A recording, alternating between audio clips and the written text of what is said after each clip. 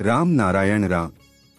जेव्हा मनुष्य राम नारायण रामचा उच्चार करतो तेव्हा तो संपूर्ण ब्रह्मांडातील सर्व जीवजंतूंचेही आवाहन करत असतो।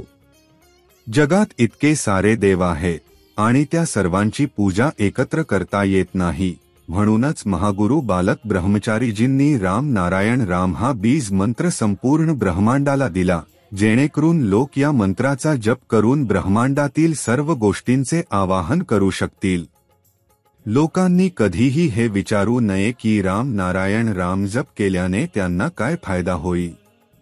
त्यांनी कोणताही स्वार्थ न ठेवता निरपेक्ष भावनेने आणि खऱ्या मनाने या मंत्राचा जप करावा।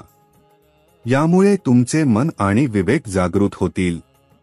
पायापासून डोक्यापर्यंत असलेले सर्व चक्र सक्रिय होतील आणि तुमचा मन ज्या ग्रहावर जायला इच्छितो किंवा ज्या ठिकाणी जायचे आहे तिथे ते शरीर सोडून जाऊ शकते आणि पुन्हा शरीरात परत येऊ शकते।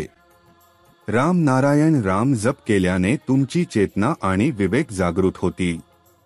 तुम्ही योग्य आणि अयोग्य यात फरक करायला शिकाल। तुम्ही हा जप कधीही करू शकता। या जपामुळे नैराश्य, डिप्रेशन दूर होते। माणसाने निसर्गाचे नियम मानले पाहिजे, ग्रंथात लिहिलेले शब्द नव्हे, कारण ते शब्द माणसानेच लिहिलेले आहेत।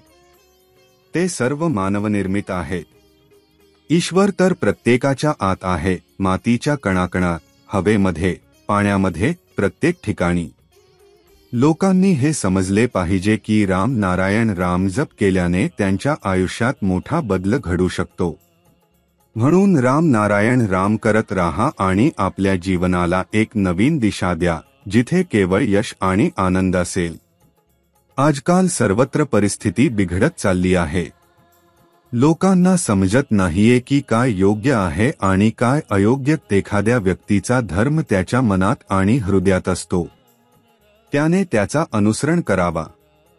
जेव्हा मनुष्य जेवणानंतर झोपायला जातो तेव्हा त्याने आपल्या अंथरुणावर बसून ध्यान, मेडिटेशन करायला हवे, कारण ध्यान ही एक प्रकारची पूजा आहे। तुम्ही स्वतः अल्लाहचे बंदे आहात। तुम्ही स्वतःच भगवान आहात।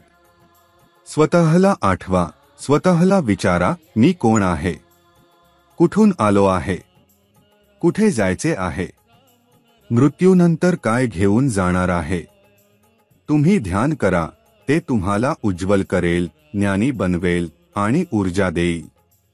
आजच्या परिस्थितीत अत्यावश्यक आहे की आपण राम नारायण राम नावाशी जोडले जावे, कारण राम नारायण राम हेच एकमेव नाव आहे जे तुमच्या गुंतागुंतीच्या जीवनाला योग्य दिशा देऊ शकते।